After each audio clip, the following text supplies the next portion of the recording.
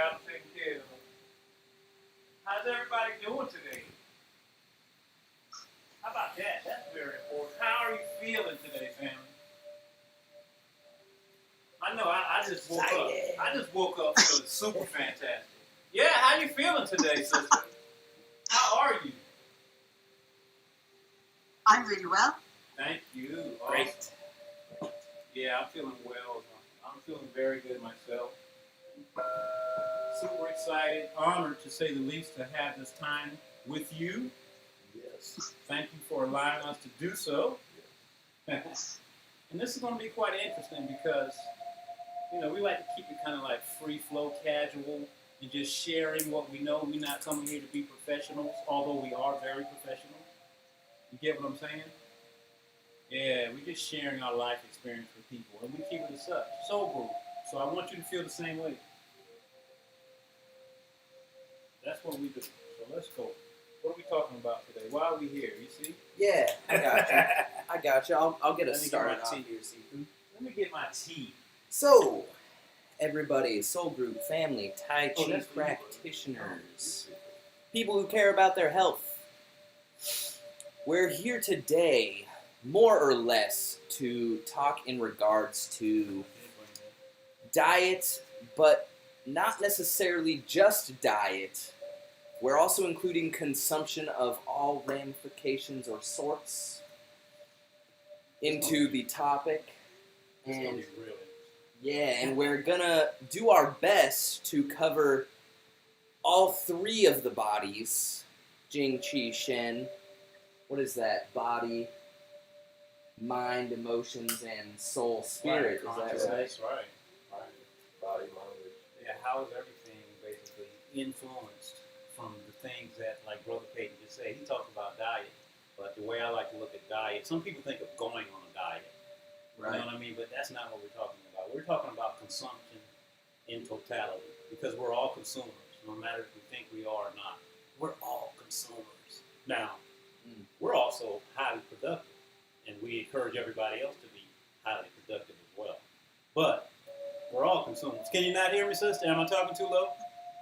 I missed the last word. Uh-oh. Yeah. Bring that over here, bro. You know how to handle that Bama Jam? Let me go. I got it. I want you closing out something that I want to keep up. I won't. I got you. Okay, good.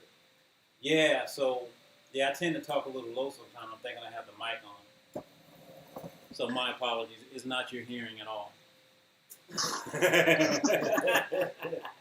Could be a bit of both. But my point was, basically, I said, we talk about the word diet, you know, and a lot of people think of diet as being something bad. It almost sounds like die, you know, and they think they're dying. But we're not talking about dieting by any means. We're talking about consumption, you know, and what do we consider to be consumption? First of all, we're all consumers, you know, and as I was saying, hopefully most people are as productive as we are, because we're highly productive as well, and we're all here to be productive, you know. Exactly. You know, so, and we can overconsume, we can misconsume. We're going to talk about all of those things. What is consumption? And what is diet from different standpoints? And you're going to give us a perspective coming from Chinese medicine standpoint, acupuncture theory. Where are you coming from? Okay. Well, my own experience is from two different sources, but as an acupuncturist, often in clinic, I have people who come in, and one of the first things I ask them is, what do you like to drink? What do you like to drink? Yeah. And often what I find is their favourite drink first thing in the morning is coffee. And when we talk about coffee consumption, very often people's symptoms are exacerbated, and they don't even think about coffee being such a strong stimulant on the body. Now, we're coming from, as an acupuncturist, I often give the advice, well, why not give your body a rest? Why not have a break from caffeine just for a short time and see how you feel? And quite often people don't go back to it, which is really lovely for them. They feel the health benefits by giving their body a rest from it. Now, caffeine does certain things to the body. It's one of my favourite things. I asked everybody, and they were so kind on the Tai Chi group that we have. They shared what their habits were, and it's really for my own personal study, research. It's not for anything official. It's nothing formal in any way, and it's lovely to see how people use tea and coffee. Now, they have their place. They have their place. But when we're doing a 100-day program and we're looking at becoming sensitive, becoming aware, we become much more sensitive. Now, I could share the story that I shared with Sifu. I did some very silly thing the other day, so please do not do what I've done, okay? This is a caveat. This is do not do. This is please beware, okay? And I'm going to share it if it's okay with you, Sifu. Absolutely, okay? The other day, I got in touch with Sifu because I was very sick. I had rebellious stomach chi, and I was aspirating, and I don't need to say any more than that. And it was also going the other direction as well. And I rang Sifu and I asked, I said, is this part of the process, and is this okay? And spot on.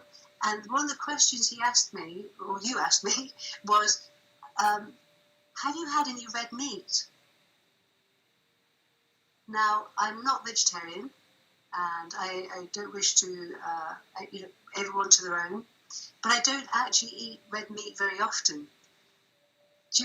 Whilst we're going through this process, I've noticed I've become much, much more sensitive. And on the day in question that I wasn't very well, I had had a piece of red meat. I had had a grilled lamb chop, which was very delicious. It was a little lamb that had grown in the field right next to where I live, so I knew exactly where to come from. I knew it was very high quality meat and was slaughtered here. And then I ate it. I didn't think anything of it until a little bit later on. And then I realised that was not the best move to do whilst we're doing a 100-day program. So we do need to be, I personally feel, and I'm sure that there's lots of us on the program and also doing our own studies and training, we become more sensitive to processed foods, refined sugars, refined foods. And what does that mean? I think it's different both in the UK and in the United States, probably in Australia as well, probably with our friends over in Canada as well. But we do know that sugars, once they're processed in any way, aren't as good for us as they could be. But plenty of other foods as well that we just naturally go to, and we don't think about what we're eating. We just go to the cupboard, we go to the store, and we buy whatever it is that we've always bought. For the last few years, I've been working on growing my own food as well. It's probably not as easy as you guys over there in Florida, with all the sunshine all day long. I'm sure. We can drop a seed and it grows. Well, we have probably some of the most fertile soil here in Wales, on the whole planet. It is the most wonderful soil, and we have a lot of water, and we have not so much sun, which is why we have polytunnels. We do a lot of the growing inside. But that way, I can ensure that what I'm consuming, what I am actually ingesting, is going to be the best that I can possibly provide. It's got my energy going into it to start with, and then it has that energy and the ground and the sun then enter into me.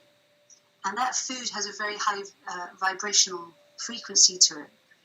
And I'm sure that that's something that we all need to be very aware of whilst we're going through any kind of a program or training to become more sensitive. So I'm personally going to suggest that whilst I'm training, I'm not going to be eating ice cream. I'm not going to be doing coffee or tea. And I haven't been. Since that day, I just thought, why did I do that? Right. I think I needed to do it for the lesson, actually. I needed to remind myself, because I am my own best teacher, is I had to go through that process and realise, do you know what? I don't think I need to eat red meat. I just need to have high-level, good quality proteins. It doesn't have to be meat in order to do that. So that's kind of just reminded me, Gaynor, you're doing this program, you're more sensitive, be aware. So coming back to you, so what do you like to eat? Can I interject there for? I want to Please join do. that conversation. Ooh, I got something real quick I want to throw in about ice cream in particular. Yes. Right. When we're trying to increase the flow of the chi and the blood, throwing cold stuff into our bodies is probably not the best idea, regardless of what it is. It shocks your system. Right. It does. You've ever had something like a slushy in your...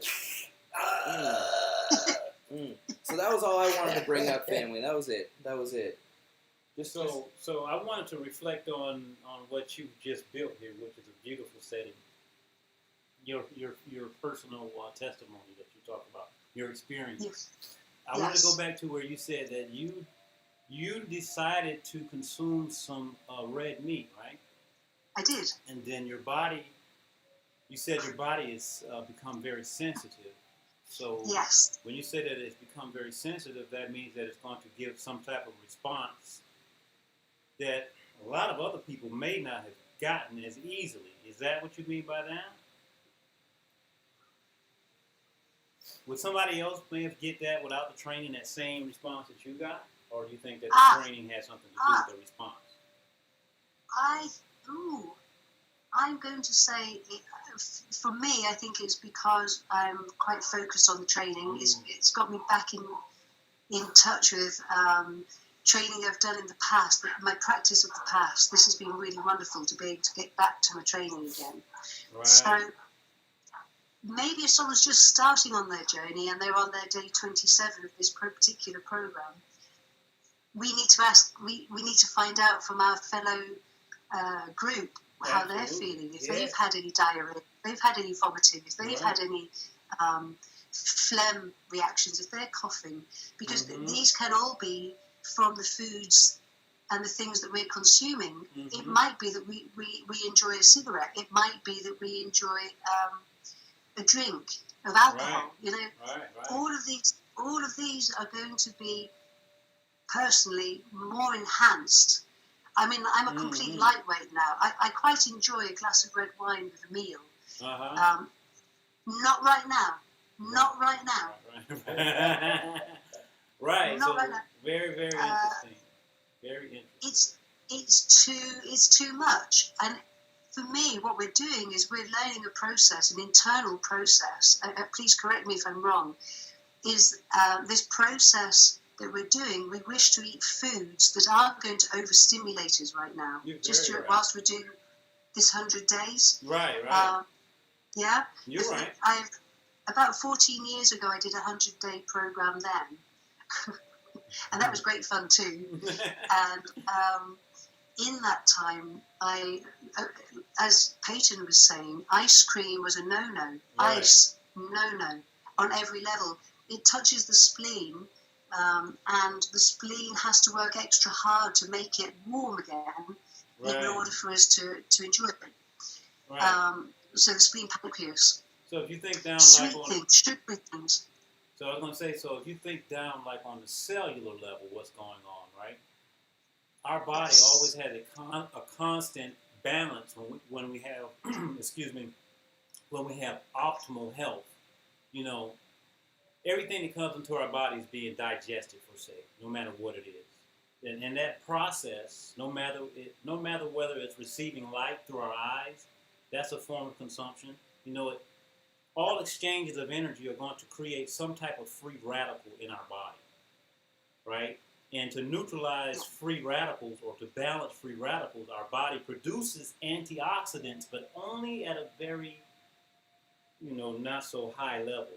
So, long story short, the free radicals could have been in your particular situation. You're super sensitive because you've been working, right? Mm-hmm. These free radicals coming from that meat, you don't have the antioxidant level to neutralize that. Now your body goes into a inflammatory response. It did.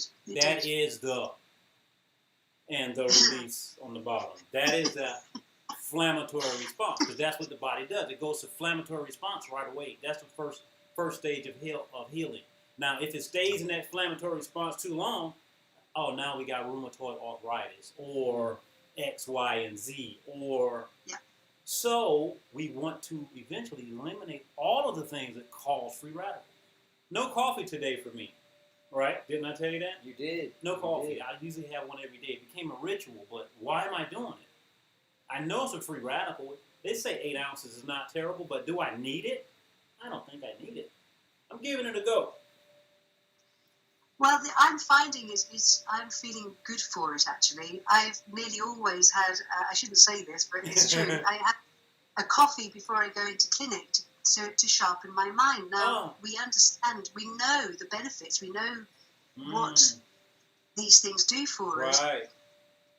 But I actually, since I've been on the program for the last 27 days, it's a no-no. And actually, I can still treat people. I can still do acupuncture. I don't need that coffee. So it's a time for us to also reflect, exactly as you say, what are our habits? What are our attachments to certain things, certain foods, certain consumptions that we have? What are the habits we have and why? Right. I think it's a really good question. Really good way to look. Yeah. So yeah. Ultimately, it comes down to, once again, like you said, you got to pay attention to your body and see what information your body gives you in regards to what you're doing to it. But the first stage is being observant of that. Most people aren't paying attention to their food because they don't love their food. They love the taste of their food. And you're just talking about the love of food. You knew that lamb was taken care of. You knew that that lamb walk around every day is full of nutrients. You knew all of this, so you had that connection, but it's still no good for me today. Right, but we must have that if we're talking about doing alchemy. Absolutely. Yeah. And I guess that's why we're talking about it today, because it doesn't have to be forever if we don't wish it to be forever, but for the time of 100 days, we definitely need to be. Froze on us. Uh-oh. I wonder if it's on her end. Gotta be. We don't have nothing pumping over here but that. It's true. Yep. Oh, that was getting right where we wanted to go. You see how she talked about loving the animals and all of that? That's stuff that people don't even think about. Where's your food being sourced? Who packaged your food? Were they pissed off that day? Who prepared I'm your redialing food? her. Did the angry farmer down the street grow your food?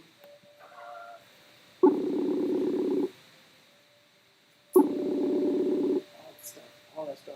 Yeah.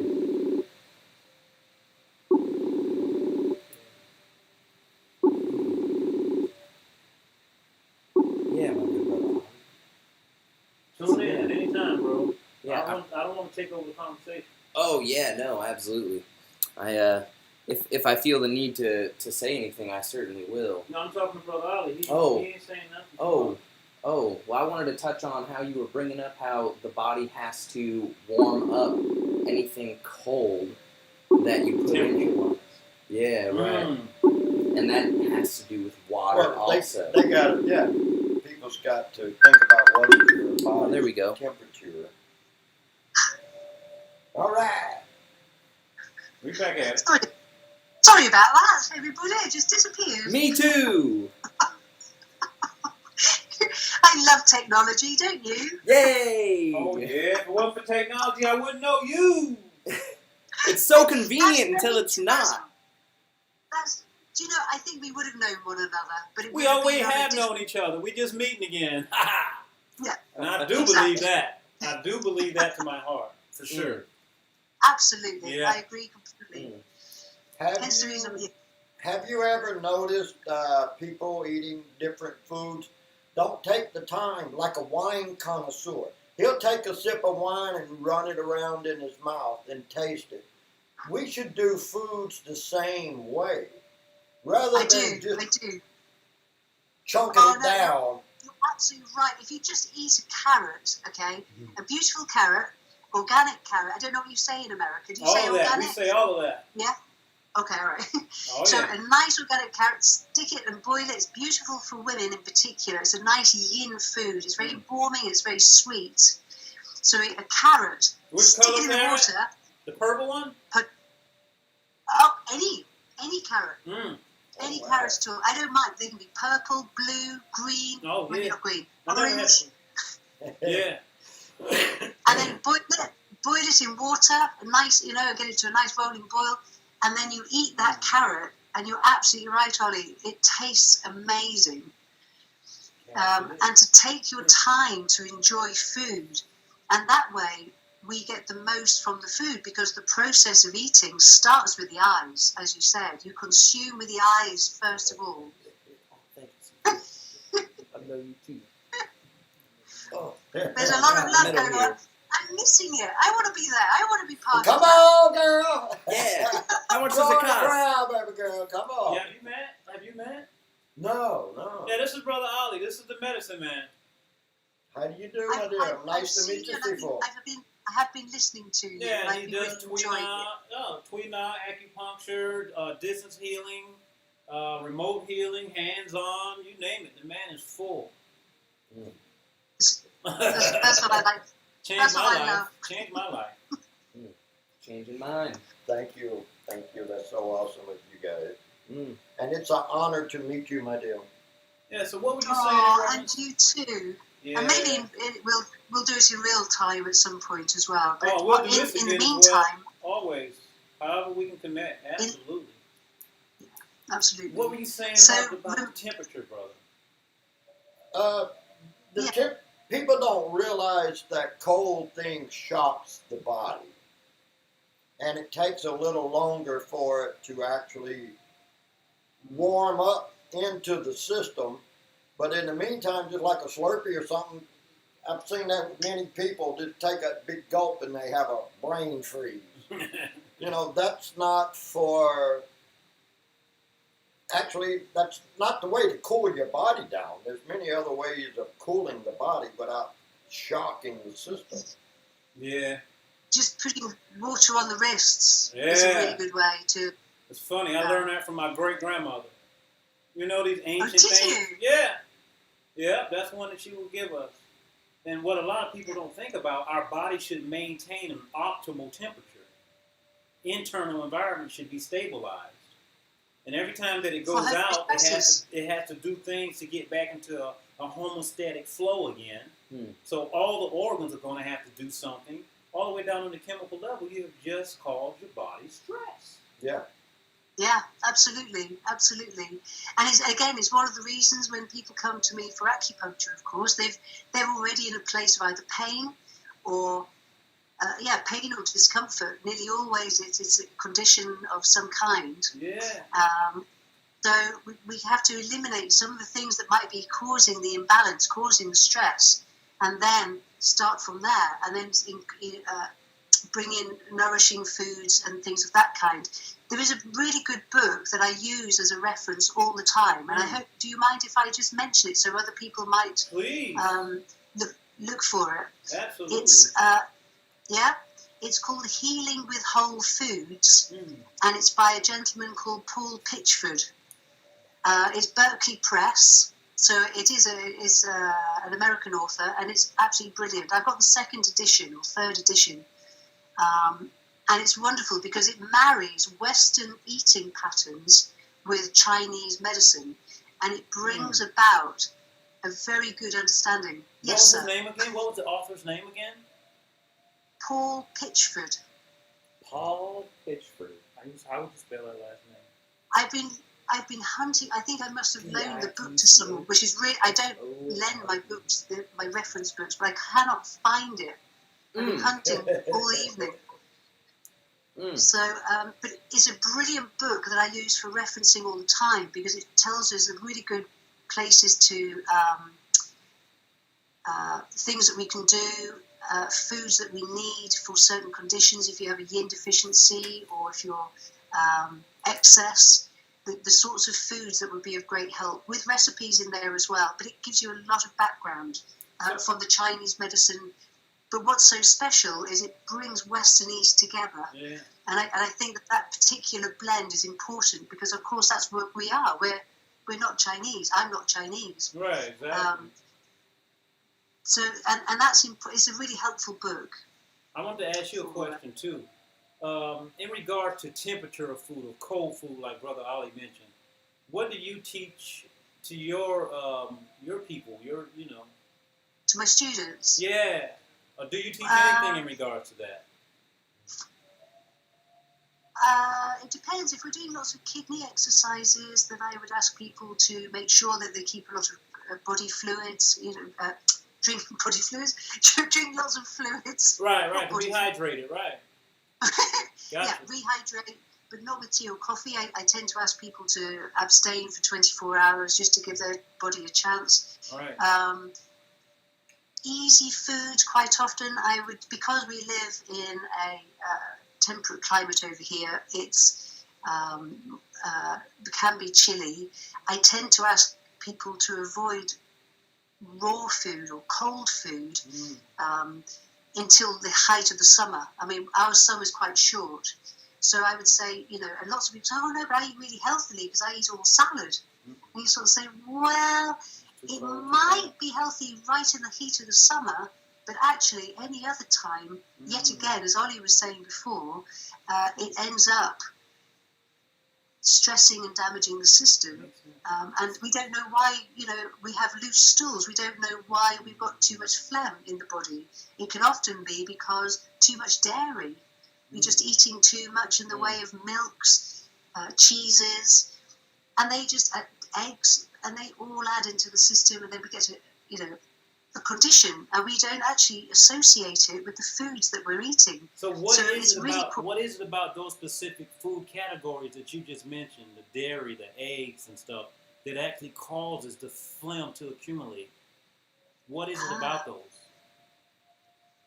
It stresses the spleen, and the spleen, pancreas, is the important organ for helping to move things through the system. Now, if that starts to get sluggish, if we're eating cold food, ice cream, and those sorts of foods, then slow the spleen down. The chi of the spleen, the chi that we get from food is known as gu chi, and that chi is the one that is nourishing us. Now, if the spleen can't actually do its job properly, we end up with loose stools, or the cold is not good for us, and then it goes into other parts of the body. Is my understanding. Oh, we're right on target. I love it. Thank you. It makes so much. It's crystal clear. Crystal clear. Yeah. Do you have clientels that come in that are kind of fragile, kind of like, let's say, do you suggest them to maybe blend some of their food in a blender to make it easier to swallow? Like a puree, like? Yeah, like a puree. Because if you're eating... I recommend congee. I recommend soups. Oh, I love it. I recommend broths, stews, things. I mean, and again, at different times of the year, there'll be different things because, of course, what we should be eating is not foods that come from Israel or from, I'm trying to think, Peru. We get foods coming over here from very far away. We ought to be sticking to the foods that are grown locally and are in season, to the foods that we would naturally eat. So I just ask people. I can only make suggestions. I'm not a nutritionist. I'm really passionate about nutrition, but I'm not a nutritionist. So I can only put forward the things that have been useful to me from studying Chinese medicine, and the food, how the best way for us to eat. Right. And I'm learning. Please, I'm learning too.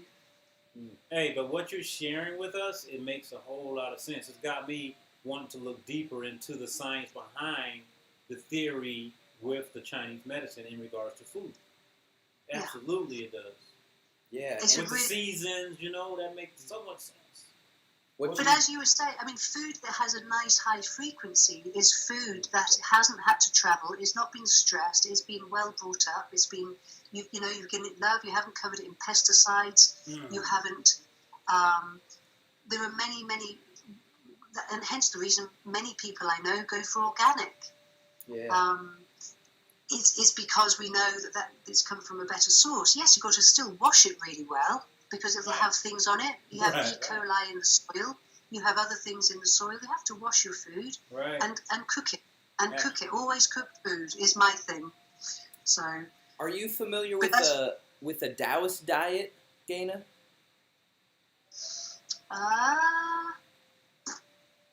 No. Okay. It essentially describes what you just described, actually. But it's a very much, what's the word? A concept. It's a concept-based diet where you prioritize certain foods based on how you would categorize them, like you just did. Locally grown organic produce is at the top of the list.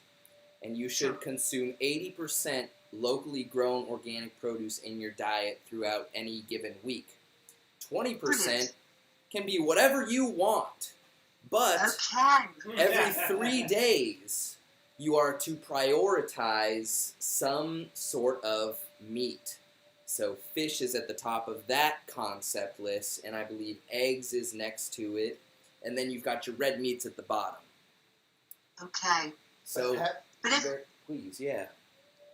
Haven't you had problems with people not understanding? Because I hear a lot of people say, "Oh man, I love my steak medium rare," and I'm going like, "Oh gosh, here we go," because I know within a week's period of time after consuming red meat of some sort, say especially beef, that person will become slightly angered at that time or another during that first week after consuming that. And they don't actually know why. I talked to a lady, her and her boyfriend had gotten an argument, and I was like, "Did you have, about 3 or 4 days ago, did you have steak, by the way?" "Why, yes." "Was it medium rare?" "Why, yes." And I was like, okay, there it is.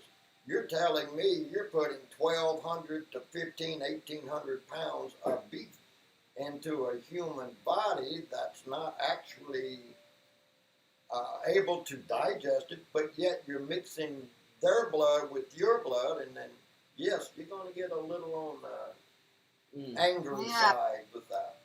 Yeah. Well, that would come down to vibrational frequency of the food, surely, of the cells in there. Right. Yeah? So I believe so, if we eat foods that have a high vibrational frequency, then that passes into our own system, surely. Absolutely, without a doubt. Yeah. Yeah. It makes sense, right? I mean, everybody here is familiar with that study that they did on water and how you can yell at water. I heard the conversation that you guys had last time. Yeah, well, what's the difference between water and blood that's inside of an animal or a human? Or how much percent water? Yeah, like 70. And about 74, 75% water. And I know a lot of times my friends can say, "Well, I like Mountain Dew." So we're only 70% affected by words? Oh, man, good. I got that 30% safety guard. Here is another thing that's quite important that comes up, and people nowadays don't even think about this, and I'm going to ask you all to think about it too, is what do you heat your food in? What do you cook on? That's a very important part of our eating process, the cooking process itself. Right, because if you're using microwaves and stuff, I know that they did an experiment in India, and they tried to, so they would heat up a cup of water and feed a plant with it, and they would heat it up with a microwave, and then they would I let it remember cool Pitchford, down. yes. Yeah. Yeah. And the plant that they were feeding with the microwaved water, they would let it cool down, so it wasn't the temperature of the water, it wasn't anything other than the quality of the water. And the plant died or was near death within 2 weeks. I had a time when I lived in a flat, and it was times before I actually started to challenge and look at what I was eating and why I was eating what I was eating or drinking or whatever. And I only had a microwave. That's all I had. And I lived for 5 years only on microwave food. And I suppose I was my own experiment in that regard. Now I don't own one now. You know, it's gone out of my my cooking. You know, it's something, and people say, well, why? Why? What's wrong with that? All it does is jiggle the water molecules. What's wrong with it? Well, for lots of other people, maybe nothing. But for me, again, I've become more sensitive. Foods that are cooked in a microwave, I find unpalatable. I find them very difficult to eat. I can't actually talk for anybody else. I can only say for my own experience. And my own experiences are, now I would much rather have food that is warm, food that is boiled, and food that is as unrefined, as whole as I can have it. Smart body. Even chopping it, even using a metal knife to chop into something is going to have an effect on that particular piece of food. So eating it whole is actually, eating your food whole is by far the best way. And carrots are, I keep coming back to carrots. Carrots are great. Celery, brilliant. You know. We're going to ship you a big bundle of carrots. Hey, you know what? That's completely ruined everything, because they'd be coming from Florida. I'd be like, That's true. Don't worry, we'll you're locally right. source them. Right, we'll locally source them. Hey, but check this out. You just said a couple interesting things in regards to cooking ware. Did you mention cooking ware? Right, yeah. so... no, I didn't. I didn't mention the actual vessel. The vessel's really for important some too. reason. But check this out. I was thinking about the cooking ware that I use mostly. What is that? Yes. A copper pot. Yeah. And what do I do when I cook the food? I steam it. Yes. So temperature is very important. Once the food gets over a certain temperature, although the consistency of the food is important, as you stated before, but the temperature also, because once the food gets over, the heat gets over a certain temperature, it actually kills a lot of the enzymes. They can't resist that hot. It's too hot for them. They die. They're living enzymes. So when that temperature reaches a very high state, you're eating dead food. That fried food, there's no nutritional value in that. That's why they call it being acidic. It's acidic now. But it's kind of what our society has prepped us for. This is what we've been conditioned. You know, easy food, long preservation on the shelf. But you know what? Just to interject, I've never found anything easier than walking in this backyard and just getting that mango off the tree. That's fast food. That is fast food. Not McDowell's. I'm growing figs and I'm growing limes this year. My favorite. So, I grew up in a fig tree. I literally grew up in a fig tree. Didn't I tell you that? Yeah, you did. I grew up in a fig tree. Man. And they're so good for us. Yeah, they are. I love them. They're good for our cardiovascular system for sure. Yep. Yeah. They do some other. They do good stuff for the blood. A lot of good stuff. Yeah, and lots of other stuff too. So we now know that food is medicine as well, don't we? We understand because of what process that we're going through. Absolutely. Not just us, but obviously any of us who are practicing internal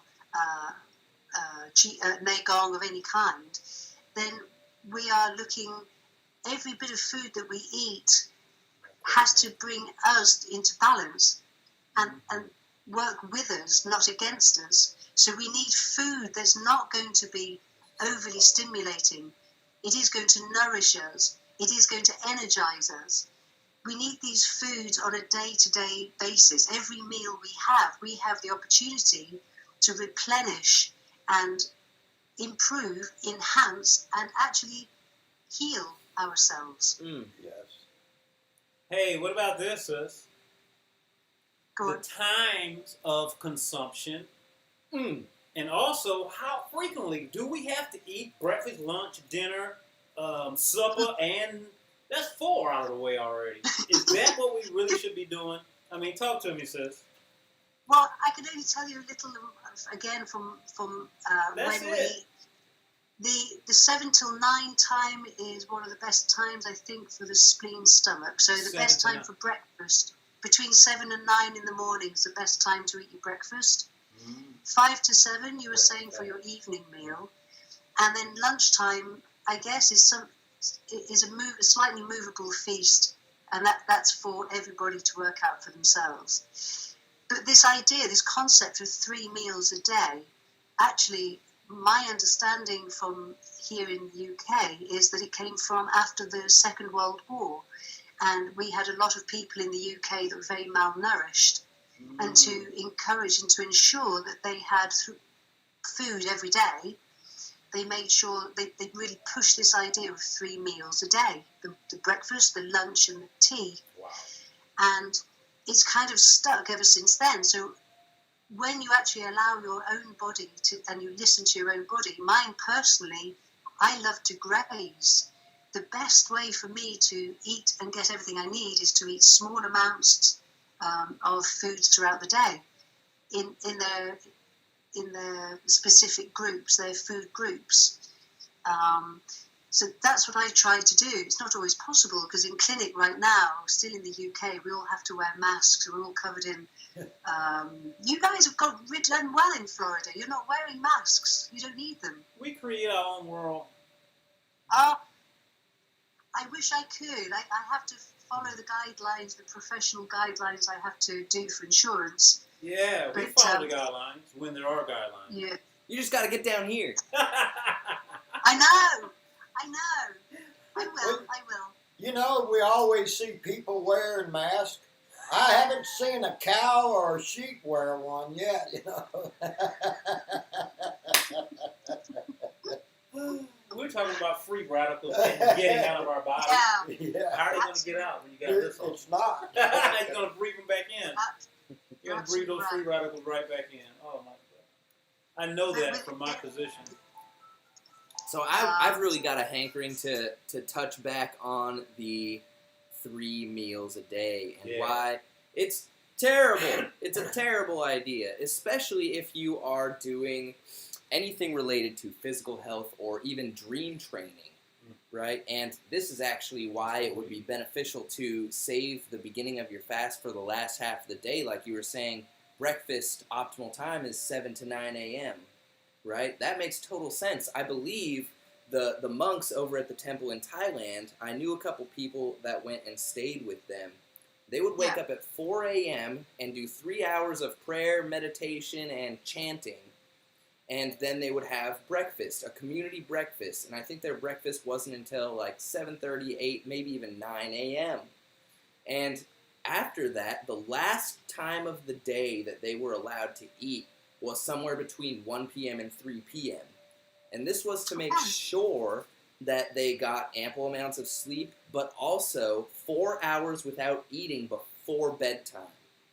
Okay. Which would actually fit very comfortably within the algorithm made to create the state of cell apoptosis, which can be brought on by like 10 hours of fasting. It's basically when the digestive tract shuts down in the body, and all of that energy that was being used to propel the digestive tract is now free for everywhere else to use. So, and also, I believe that fasting, I mean, it's not by mistake that fasting, as a general rule, has been put alongside most of the world religions and faiths of the world. Right. Exactly. It's not by mistake, it's because it was understood people wouldn't do it otherwise. So they made it part of the religion. So this is only my thoughts, this is only my idea on it. right on. That's why you're here. When we fast, we allow ourselves to repair, renew, rather than chucking them out and getting new ones, eating more, getting new ones, eating more, getting new ones. Of course, there'll come a time when they start to mutate, when the cells start to mutate. And I believe fasting, as you say, is a brilliant way to keep the body in balance and ensure that energies go elsewhere, especially when we're training, studying. We need to go inside with no stimulation. Now, if you're constantly thinking, what am I going to have for tea? I really fancy. What do I fancy for my tea? If we're in this way, we have an attachment to the food which is not going to help us whilst we're trying to go inwards. Especially, like you were just saying, the amount of attention that it takes. That monkey mind that we try to train away from during all of these meditation, qigong, alchemy, tai chi practices. Like, I catch myself all the time during tai chi training, I can't wait until but I also don't break my fast until usually after the tai chi training. So it's no wonder that I'm looking forward to it. But up until that point, I'm always thinking, no, don't do this. Oh no, I had coffee. Apparently 50 milligrams of caffeine can spike the insulin, which stops the process of cell apoptosis. So am I even benefiting from my fasts? See? So it's like, I've got all these backwards, sideways thoughts, but I can only imagine how many more people have and how much less energy people have when they are, like, I never knew this until I started fasting regularly, but I noticed, especially after I started the Taoist diet, when I eat meat in particular or animal products, I feel extra sluggish. Okay. It's like I'm ready for nap time afterwards. And I can only imagine how people are when they wake up to a plate full of eggs, or like a glass of milk, or like something else that just would bear me down like a weight inside. You know what? Can I take it back? Please do. So I think, I know from my understanding or whatever that a lot of it has to do with each and everyone's relationship with the food. You know, food in general. You know, what is our relationship? And then that'll let us know why we're consuming what we're consuming. And not only the food that goes in our mouth, but just anything. Why? You know, why are we doing it? I just told Peyton last night, I'm like, hey, I'm looking at food now. I'm not looking at it as being food anymore. This is going to be my spiritual gasoline. Yeah, I like that. I saw that. I like that. Yeah, that's a good one, for sure. And I'm like, if it's not helping to perpetuate me spiritually, I shouldn't be consuming it. And that's how I'm going to analyze things before it goes into my body. And that'll help me be a lot more in tune to doing a little bit better than I did yesterday. I'm giving that a shot. I just started. Yeah. We should get that tea garden popping before we get any asparagus in the ground seafood. We'll go with that. Would be awesome. Do you have any suggestions for other people when they want to fast? Is there anything that you may recommend, something mild or light that they could use to? Because if it's first-time beginners, they're usually shocking their system and they're like craving for something to eat. So is there anything that you suggest that they can do to help them out a little at a time with? Yeah, there is actually, and it's actually a doctor here in the UK called Dr. Michael Mosley. He was on the BBC, and he did a documentary on different diets and different fasting techniques. And the one that was the most efficient and most effective that he found was the 5-2 diet. Have you come across this one? I know the word diet's not a good thing. The 5-2 fast probably is the best way to say it. So in a 7-day period, you have 5 days when you eat whatever you like or whatever is good for you. And then you have 2 days in your week that you limit the amount of calories that you take in, and you limit them to 500 calories. And in that way, it's much easier. Many people find that if they haven't fasted before, it's a very gentle way to learn how to fast, which will bring weight down and make your body as efficient as possible. Right. Do you have a way? Do you have a technique? Do you have a way? Because I mean, Peyton's come up with fasting. You got a fasting technique that you recommend to anybody? I just use lemon water and lime, throw a little pepper, and maybe some apple cider vinegar. Throw that off and through there. And I've done fastings for like 3 days to a week, but I had a friend of mine who did it for a whole month. And he said by the 3rd week, his body was wreaking havoc on him. But the 4th week, he had so much energy because we don't allow our bodies time to relax or take a day off. We're eating 2-3 meals a day. Right. So we're not, our body's gotten used to it, but our body's like, hey, wait a minute, what about me? Yeah. What are you going to do? Take time out. You know, I don't want to eat. Yeah, that apple cider vinegar trick Yeah. really helped me when I started my fasting regimens because you aren't allowed to have anything sweet. And if you're somebody who's used to eating 3 times a day, you probably have sugars with each of those intakes. Whether you think you do or not, coffee creamer has some sugar in it. Sugar in your coffee, sugar in it. Sugar in your tea, honey, sugar. Everything has sugar. White bread, sugar. Everything's got sugar. And it's like you have a piece of toast, you can't even avoid sugar having this piece of toast.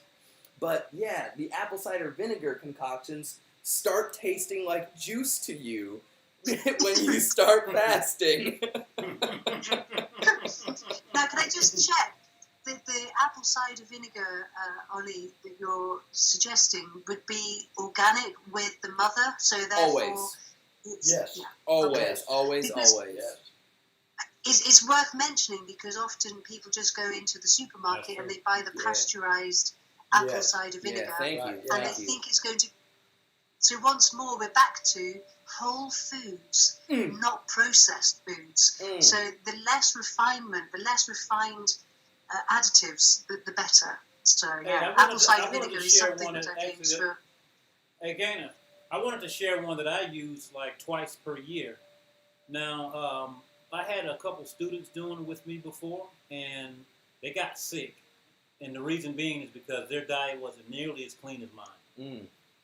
So they had a lot of garbage coming out. Like Brother Peyton was saying, all that sugar. So that people don't understand that you actually grow an addiction towards sugar, salt, all of it. Nobody's excluded, including myself. And when you're going cold turkey from that, your body's going to react and respond. We say got sick, but not really got sick. The body responded, right? And they got afraid. But this is the one that I use. It's, as you said, always organic, always natural. We go with the lemons. And there's a recipe for this. You can get it online, a specific recipe. It's called the Lemonade Diet, actually. I forget the name of the gentleman, but I have the book here, but you can get it online as well. Organic lemons, and he tells you the quantity and everything. Also, you want to use that cayenne pepper again. Yep. Here's that cayenne pepper right back at us. And honey, but not this cheap, low-grade, low-quality honey. This is grade B, and it's pretty expensive. But you want to use specifically what he tells you to use and no substitutes. And it does phenomenal. I do it twice a year. He recommends from 9 to 19 days. I've only gone to 9 days. I have friends who've done 19, and just like Ollie said, they're full of energy.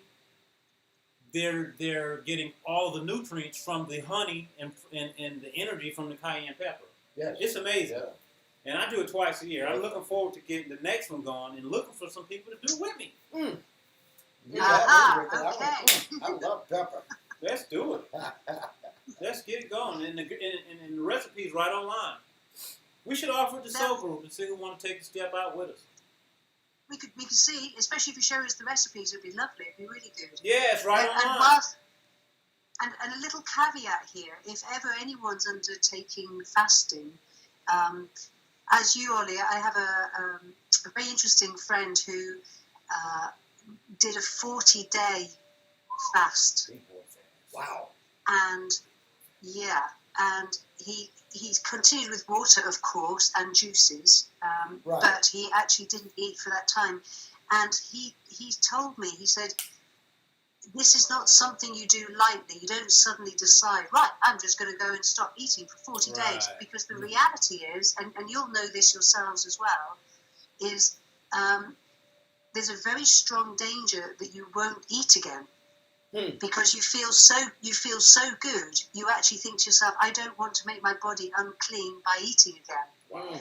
So we have to be very careful that we are balanced mentally and emotionally before we're starting on a fast. That's just my Yeah. that's me being Mother Gaynor. I'm just being mum here. Have you heard of breatharians? Yes. So Yes, there I was have. this one breatharian, and he was like 90 days into this, 80-something days into no water even. And so it's like, he was just like, oh no, I don't need anything. Well, he made it to day 90, and then he died. Yeah, so that was unfortunate. But he took it to a whole nother level. And most people don't even think that you can, it's called dry fasting. And most people don't even think that you can survive 4 days doing this. And you actually have to do 3 days of water fasting to turn out all the toxins from the food in your body before you can even go into the first of these 4 days that people say is impossible. So it's a step-by-step process, once again. Yes. Yep. These are things to be. We're as we're sitting here and chatting, and it's really lovely. It's really important that we do this. It's important also to remember that people listening to us or watching us, they might just decide, I know, I'm just going to go and do a 40-day fast because Gaynor said it's okay. It's really not okay. It's something that I personally have no need or desire to do, except, if I was in a group and I was working with people and I was being monitored and checked, that's really important. Makes sense. When we're fasting, I'm just being Mum Gaynor, I think. I've heard about this one gentleman, and if it's still true today, I'm not sure, but he hasn't eaten in over a year, any food. He absorbs his food from the sun. There's a thing that I used to do a lot of, and that was instead of eat, I would absorb the energy from the sun. And do that, and then that was kind of like a feeding, but I didn't take it for a whole year like that. A few days, about 3 days to begin with, but I still do that practice from time to time. I'll absorb the sun's energy and just kind of use it in like food. Okay, so that kind of holds me over at work whenever I'm busy or something like that, and I'm like, oh man, my stomach starts growling. So if I get a chance just to walk outside, it's like, oh yes, come on down. I absorb that from the sun. I've heard of this other program that people actually pay to do this, and they get guided along into this process where they are locked into a coffin for 7 days straight. And they have to get prepared by these guides. So they do the whole water fasting for 3 days first, and then they get locked into this, nailed into a coffin for 7 days. And if you cheat on these 3 days, it is not uncommon to die. So what's the purpose? So the purpose is, my Kung Fu master had a student who did this before he came and shared his story with the retreat. And he said the thing that he learned was, it's really like an internal reflection sort of journey, I suppose. I would never be caught doing it, but this is what they do, apparently. And he said what he really learned, to summarize it all, is that feelings come from within. And my Kung Fu master was like, yeah, so I don't have to do that because he already shared with me. But he was saying that he went through some very hard internal struggles in the first 24 or so hours. And about after the third day, it was practically like time didn't even pass. So 24 hours, he went through this whirlpool of emotions, like basically thinking that he had committed suicide, you know, like he just got himself into this program where nobody's going to let him out no matter what he says, yells, does, whatever, because he's already signed away that this is acceptable.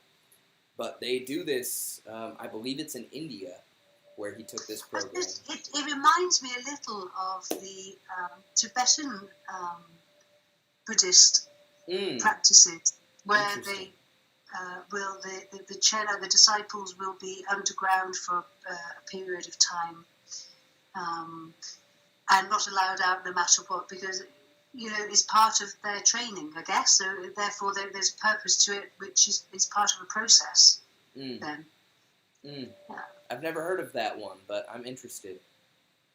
Oh yeah, I've read a few books on that. Did you know they have a? Oh, Pardon? sorry. Did you know they have a free audio book on YouTube for the Tibetan Book of the Dead? I have a copy here. You do? Nice. Oh, Yeah. wow. Nice. Yeah, I gotta start listening to that. I used to listen to it every night before bed, just like get myself in the zone. I'll read it to you, Peyton. You don't will? worry. Yeah.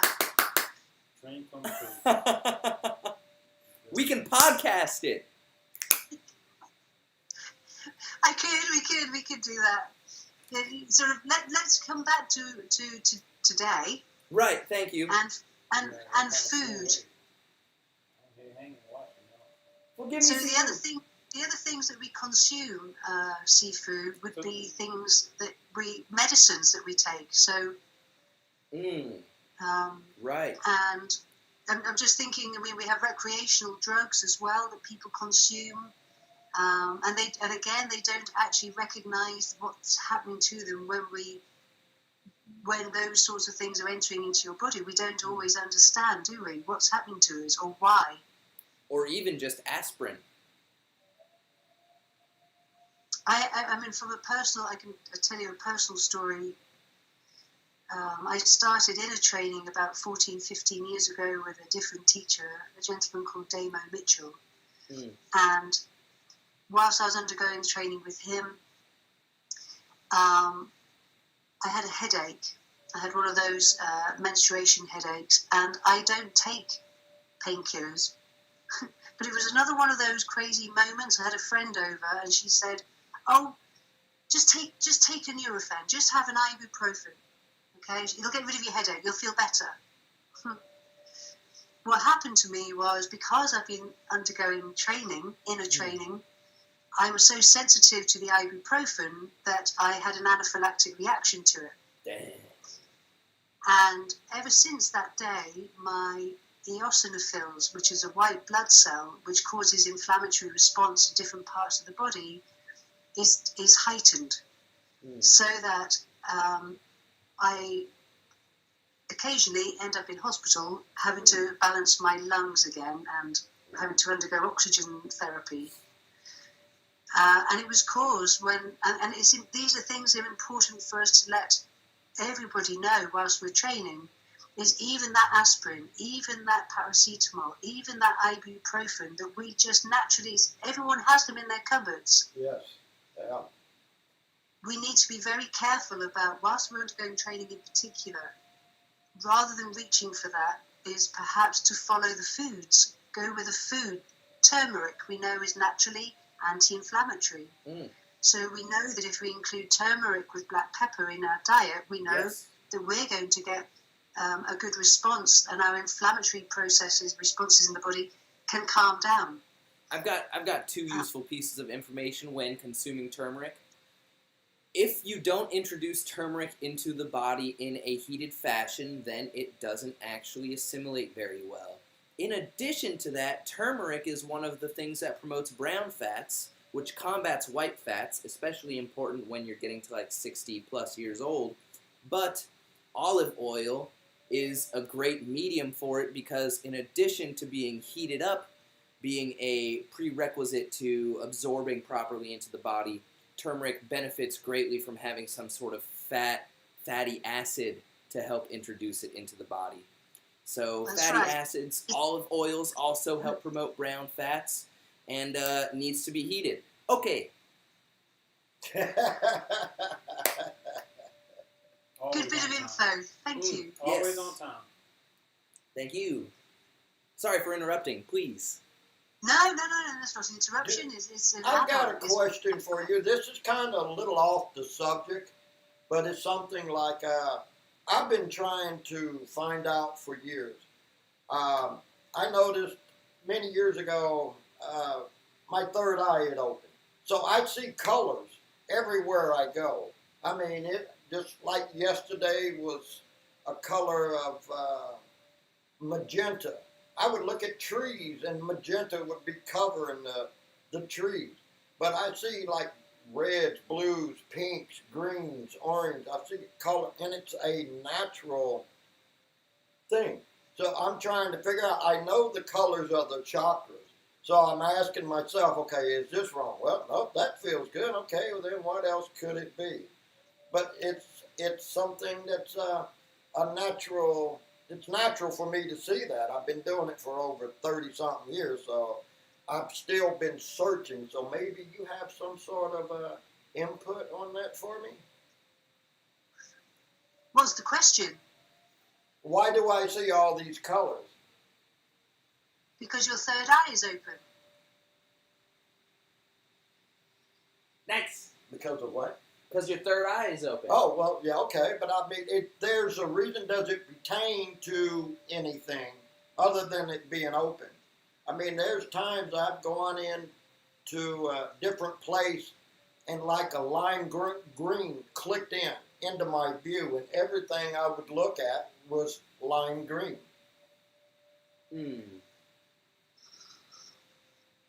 So I guess you're asking if there's anything dietary that Sister Gaynor has noticed in particular that may increase or decrease, or things that when you avoid in the diet, then these things start to happen?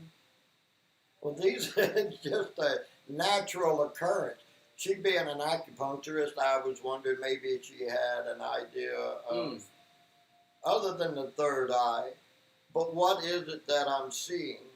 Because when I was just looking at you, underneath the screen, underneath your laptop was green. So he's wanting to know, is there a particular interpretation of what he's seeing? Yeah. Basically. Okay. Yeah, you're not asking somebody. I'm not. Your third eye's open. Well, I always say I'm in living color, so whether it's tattoos or I see colors. I see beautiful colours, and I asked my a teacher of mine many years ago when I started to meditate. I asked, "Why am I seeing these colours? Why are these things coming?" And I was pretty much told, they mean nothing. Don't worry about them. Yeah. Don't stress about them. Yeah. So I haven't, and I'm very sorry I can't answer your question because That's quite all right. I live in a beautiful, colorful world. Yeah, it's a beautiful world, and as long as we know that and we can see it, how You're wonderful good. and how lucky are we? How lucky are we that we see we see with so much more than we just get given, you know. Thank you so much. You're awesome. I'm not going to go down the chakra route. I leave the colours to somebody else. If someone, it's not. If it's a colour that you like, then lovely. And I love all colours, and I'm sure you do too. So it's not relevant right now in our training. It's just beautiful to watch and observe, but also not to be emotionally disturbed by it, not to get too excited by it, not to get. I enjoy it. So, I think it's beautiful. It throws me off for the first second, like, oh, okay, there's a pink. Hey. I do notice. Or green. Yeah, whenever and I can't really say whenever, but for example, I had some of that chemo him earlier this morning, actually, and then we had those bagels, right? And I did some pretty hard leg workout yesterday, and so I made myself this little excuse. I was like, man, I'm probably going to be super sore. I can totally just not fast for this day. Yay! So I took some supplement and I cooked those bagels up for us this morning, and they were organic, raisin, cinnamon bagels, yeah. And I eat those, and I'm breaking my fast, and all of a sudden, colors just started to pop off of everything, and I'm like, wow! So I wonder if that is something that people who don't fast are missing out on. Just a food for thought. Food for thought, I like that. Oh, thank you. Thank you. But really, is there anything to miss out on? There's Well, not, according to your experience with it, but for them, everything is perfect. Well, the way they were Fair selling, enough. the way they were selling the bread, maybe it had a little bit of mold on it. Right. Made you start to see colors. It was buy one, get one free. Ah, So in regards to our community, and what kind of like just general recommendations could we make to anyone who's interested in actually implementing some true change in their lives in regards to food consumption? Yeah.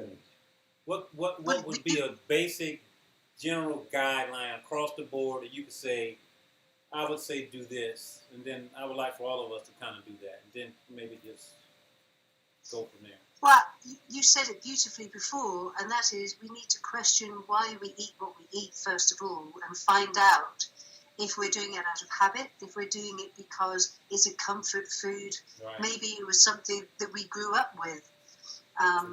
Traditions. Yeah, and they're really strong. They're really, really strong. The foods that we had in our formative years when we were growing up become our comfort foods very often. They're the foods that we go back to when we're needing that comfort. Like on an emotional level, you're talking even. And Yeah, that's why absolutely. a lot of people, when you mention anything about, changing your food, they put up a, it's like, they don't want to talk anymore. But do you want real change? And we know we are what we eat on so many different levels, but do you really want that change?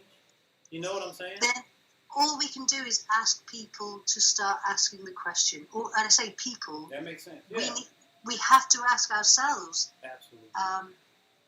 do I need, for example, you did it with the coffee. You said, do I Right. need this cup of coffee today? Now, if it's a need, is that something you want in your life? Do you want to be attached to something, dependent on something? I'm sorry to bring coffee up again. It's just that was like the one that you gave as an example. Yes. And it's exactly the same thing for me, having decided that I really wanted this lamb chop. And I wanted it because I wanted to be sick. Right, exactly. That's being honest. Well, that's what happened. And it was a big lesson for me. It was a big lesson, and I'm being really careful. Since then, actually, Sifu, basically all I've eaten, you'll be really glad to know, I had made a huge vat of really lovely soup, and it's got cabbage. I eat cabbage a lot. Yeah. Greens, and cabbage. Lots of minerals. People thinking about vitamins. You need your minerals. Magnesium. That's the way- Your muscles will not relax if you don't have your magnesium. Oh, you gotta have it. That's the way So- from the beginning of time, how everybody maintained longevity was eating from the plants instead of eating animals. Actually, if you can do a complete wean off of meats of any kind and eat just vegetables and things of that nature, fruits and vegetables, then that's actually reversing the aging process of the body. Is going back at the beginning of time. Because I've asked my Sifu about that, and he says, well, Shorty, there's salt in everything, in your vegetables, there's sugars in your fruits that are all natural. He said, I've been doing research for over 40 years, and it always goes back to the beginning of time when they wasn't meat into, we didn't eat animals at the time. You know, we had whatever we could forage and find in your area, just depending on where you were at the time, where you lived at. You know what, too? Another important thing that we didn't even mention, plants actually have a natural immunity as well inside of them. You know, that phytonutrients they have. Yes. You know, phytonutrients dealing with all the color variations. That's why they say make sure you're eating all of your colors. So you're ingesting immunity. You know what I'm saying? Yeah. Straight from the plant. You're getting it straight from the source. Yes.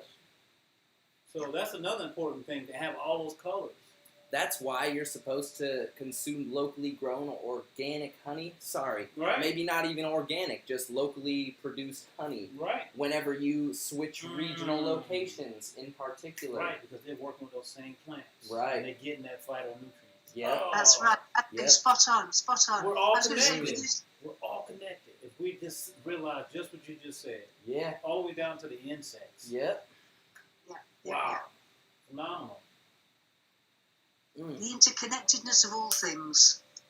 Circular. It's and circular. You know what, too? You know what? When we start being more observant of the foods that we eat, we become more loving because we start respecting the food, the sources of the food, all of that. You just start having a whole nother relationship with the food and everything that food is attached to. Yes. Exactly. Who grew the food?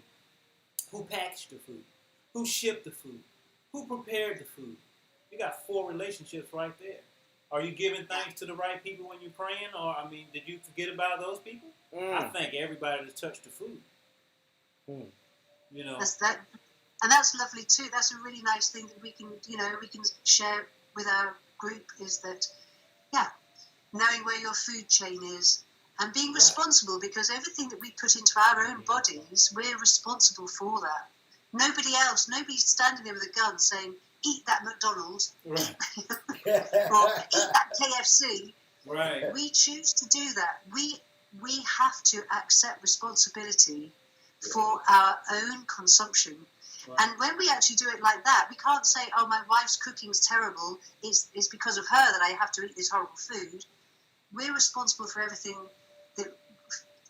about us. That's why we're doing this training. Right. That's why we're here. Another thing that a lot of people don't think about, and myself included at one point, is, when we abuse our bodies and we begin to get older, we age. And if we have children or caregivers who are going to take care of us, is that fair to them that we just broke down our bodies and we put this stress on them to have to take care of us because we abused ourselves? Because we can age well. We don't have to be a burden to our loved ones, our children. Are we feeding our children poison and setting them up for the same perpetual cycle? Do you really love your children if you're feeding them McDonald's and you know that it's garbage? Now, these are the reality checks. And now is the time. Now Right. is absolutely the time. Right. So Sifu will walk by with a little stick sometime and pop us on the head. And it worked. Yes. You wouldn't fall asleep in meditation as often anymore. I've noticed some of the people that may cook the same food has a different taste. Even though it's prepared the same, they use the same ingredients to put it together, but it's like I've noticed something different too. It's when I talk to some of the older ladies like grandmas, well, they would always say, I cook with love. That's a big. I was just about to say that sounds exactly like a very, very lovely family that I know, and they're Krishna conscious. So and I love to go and eat with them, and we chant. And whilst they're preparing the food, they chant from beginning to end. They don't stop chanting the Mahara mantra whilst they're preparing their food. And yes, it's the most, when it's blessed food and it's been made with that intent, that consciousness attached to it. Yeah, that's true. That's truly blessing your food. Now we're bringing it out, sister. That's awesome. That's truly blessing your food. So, in vibration, they're capturing that vibration in the food. In a short, I guess, little review, what are some of the points that we covered that people can really take away from this and start adding into their... I mean, I know, first off, cut out the microwaves. If you're using microwaves, cut out the microwaves. But is there anything that you would recommend particularly to help beginners, Sister Gaynor? I would start first thing in the morning with hot lemon water. And how much lemon? Me personally, because I like the enamel on my teeth to stay on my teeth, I do a squeeze of lemon. You do squeezes? And I might I'll get half of a lemon and I'll give it a squeeze. Half a lemon. That's me squeezing. Half a lemon. Squeeze half a lemon into, what, 8 ounces? Just a coffee mug's worth of water, right? A mug like that. Oh, all right. 8 to 16, 16 to 20, 12? Yeah, you use ounces, don't you? I don't know. Oh, yeah, ounces, that's right, so. huh? No, we use, we've got, unfortunately, we're metric these days. Oops. A glass of water like that with some lemon in, but make sure the water's warm first thing into the system. I'm sure that Ollie probably is nodding. I know. Yep. Yes, definitely. Very beneficial to the kidneys, and the kidneys, of course, are where we're starting. We're starting with our life force. Yeah, and which even... our jing, and it's in the kidneys. Now, if we want to work with that, surely one of the best things we can do is start our day well. Right, and even if you are going to drink coffee, by the way, everybody, starting with a warm liquid that is not coffee helps wake up the stomach enzymes in a way that doesn't give you that acidy feeling in the stomach. So definitely start your day with a cup of warm lemon water. If you guys want something quick and easy to implement from this discussion, that is pretty much where it's at. And preferably no tap water, right? Preferably no tap water, yeah. And, distilled, you take out 95% of fluoride from doing distilled, but you also remove 99% of the good minerals, which is why you need to... Keep it simple for 'em, bro. Yeah. I would only use distilled if it was for medicine. I wouldn't personally drink it. I would boil my water and I would leave it to stand in a jug. I'll show you. Yeah. This is.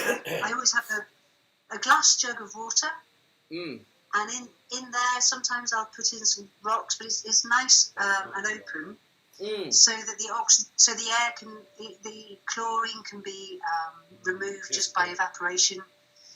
Sister Gaynor, did you know you can replenish the minerals that are lost from distilling with a cap full of apple cider vinegar to a gallon of distilled?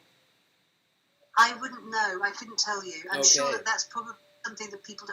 I'm sorry. I'm not a. I don't have. I'm not going to say. So by you using the boiling water, you make holy water by boiling the devil out of it. I just had to throw that in. I'm sorry. That just came up because that's how you make holy water. You boil the devil out of it. So. I like that, Ollie. I like that. He got a bunch of them. A lot of times when I'm talking about things, I love to make people laugh because that's a way they learn. They absorb that, going, "Oh my God, this guy has got my attention," one way or another. So I make it fun, and I do apologize. I'm sorry for being a fun guy. Anybody who knows, I think all of you understand. I'm not very serious myself. I take what I do seriously. Of course. Yes. I'm committed to what I do, but at the same time, just like you, Ollie, just like you, Sifu, just like you, Peyton. Oh, thank you. All right. We're here to find the joy. So good. You're so awesome. You're so awesome. So we'll start with the lemon water and... Yeah, definitely start with the lemon water. One of the... And then I think... Yeah, please. The next thing I would say is ask your body what you really need to eat. Or if you need to at all. Yeah. I only eat once a day. I eat once a day. Okay. And that works for for you. me. That's good for you. Yeah, but not for everybody. So this is why we can't compare or emulate anybody else. We have to actually find our own place. We have to find what works for us, what helps our vibration, what makes us strong. I feel super And it's not going to be the same for Sifu as it is for me. For me, grazing is very, very important, and that's the best way for me. For somebody else, it'll be one meal a day. And it could be at a different time for different people. It could be their breakfast, which I would recommend. I would say breakfast is probably the most important meal of the day, personally. And then after that, I would say listen to your body, and maybe to give your spleen, pancreas a rest, I would suggest eat soups, things that are room temperature. Any drinks that you have would be room temperature or warm. Avoid cold. Avoid cold. Oh yeah, avoid the ice and the cold, because we've already explained what that does to the system. Right.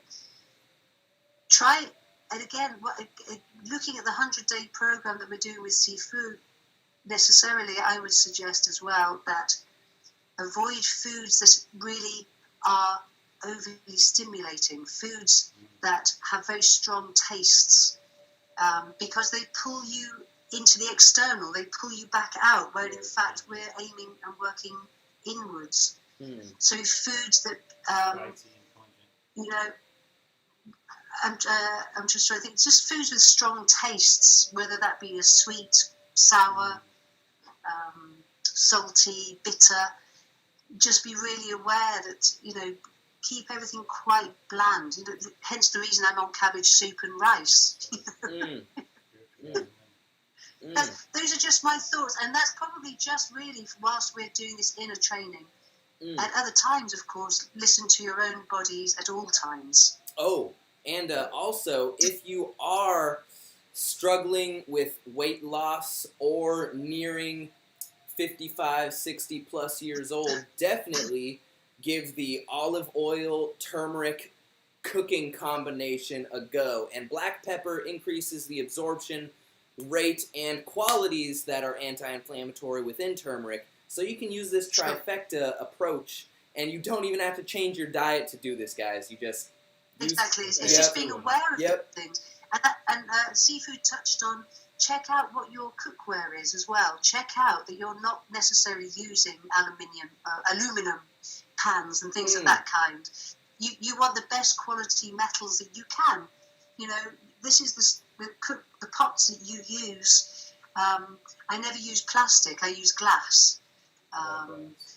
So, you know, for storing in the fridge, making sure that your foods are well stored, you know, in the best possible way to avoid them becoming deteriorating too quickly. But as you say, fresh from the tree, you can't beat it. Right. You can't the best beat it. fast food you ever. Can't beat it.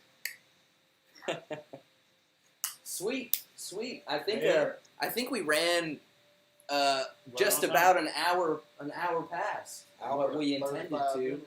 There you go. So, Sister That's Gaynor, thank you so awesome. much for investing your Like I time said, with us. Please, I'm not a nutritionist. I am purely making suggestions that may help your practice. That's Right, all. and I'm not a nutritionist either, but my dad was a bodybuilder and practically a nutritionist, so maybe you don't want to listen to me, but you should listen to the people who taught me.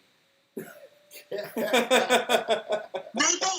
Who knows? No, definitely. Definitely listen to the people who I learned from. Yeah. Thank you so much for being with us, Sister Gaynor.